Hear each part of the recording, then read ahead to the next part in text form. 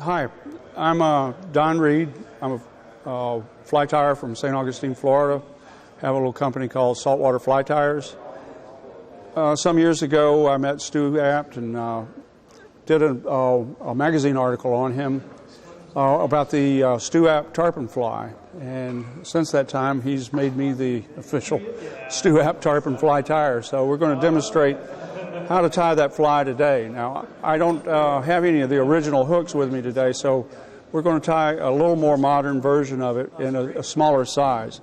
When Stu first tied this fly, it would be 4 to 6 inches long, and he said that you could hit a tarpon and the last tarpon in a string in the tail with the fly, and the fish would wheel on it and eat it.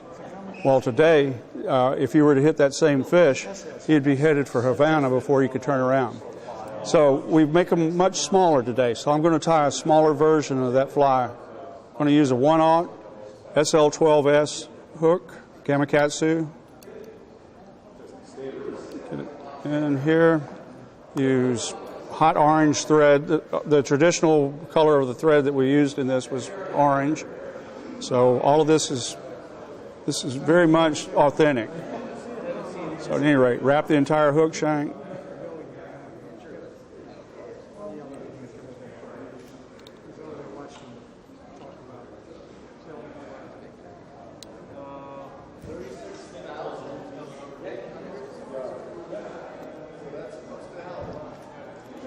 I usually wrap a little bit past the bend of the hook to give it a little tag.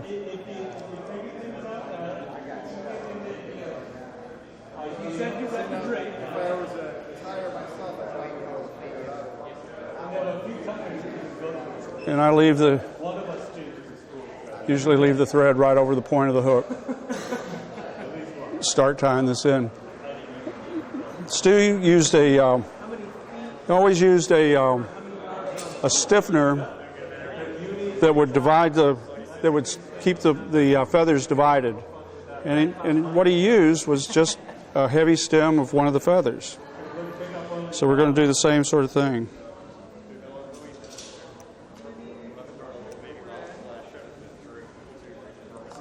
At any rate, so piece of stem about like this, tie it in.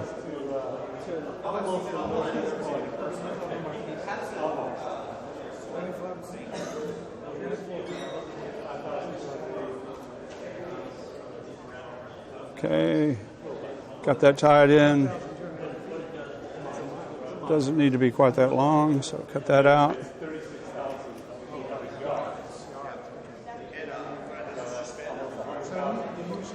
Build a little bump here to spread the feathers. Just use the thread to build up until you can have a nice taper on this.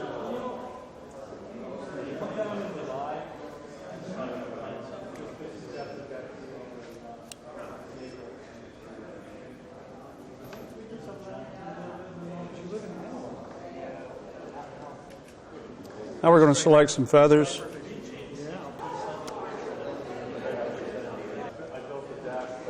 It's usually 2 yellow feathers and 1 orange feather for the wings.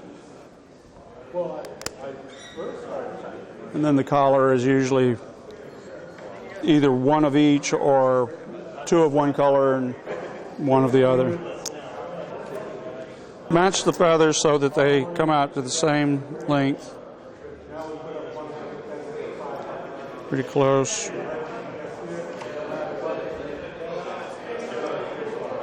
I usually set all the feathers at once. It'll take me a minute to get to the right length.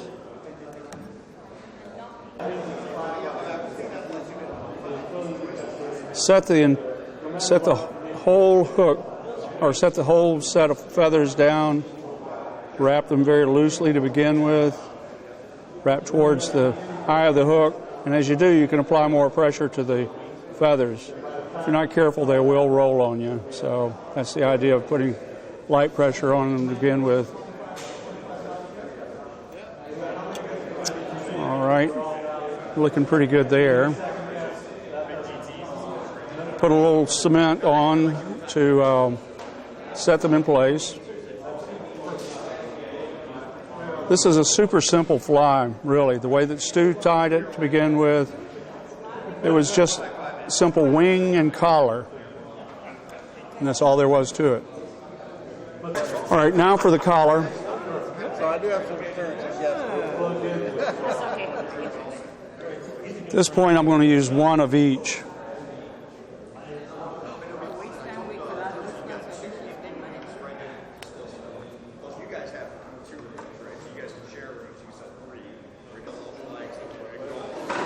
These feathers are all going to get palmered in. I usually palmer the both feathers at the same time.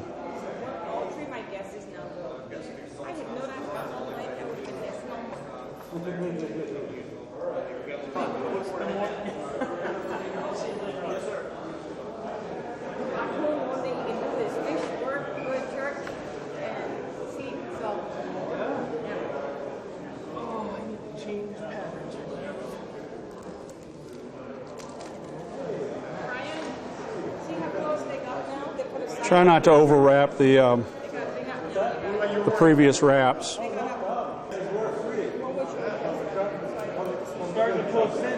Then I lay these back. Stu always showed me to lay the feathers back so that they made a better collar. And that's basically where we're going with this. This hook shank is shorter than the hooks that we were using when we were making a 4/0 fly. So you don't have quite the length here of the neck of the fly. So we're just going to do what we can with what we have. Build a nice tapered head. That's okay. We've already. It's already cold up for you guys. Yeah. I just saw some pictures. Weren't you just, were you in the flights? Yeah.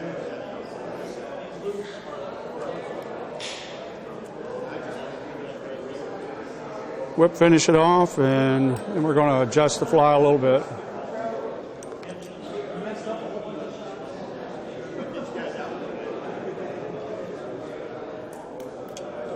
So you're still doing the Bahamas? Yeah, that's we got the two Bahamas and we're going to Mexico right now. That's not just property we got here.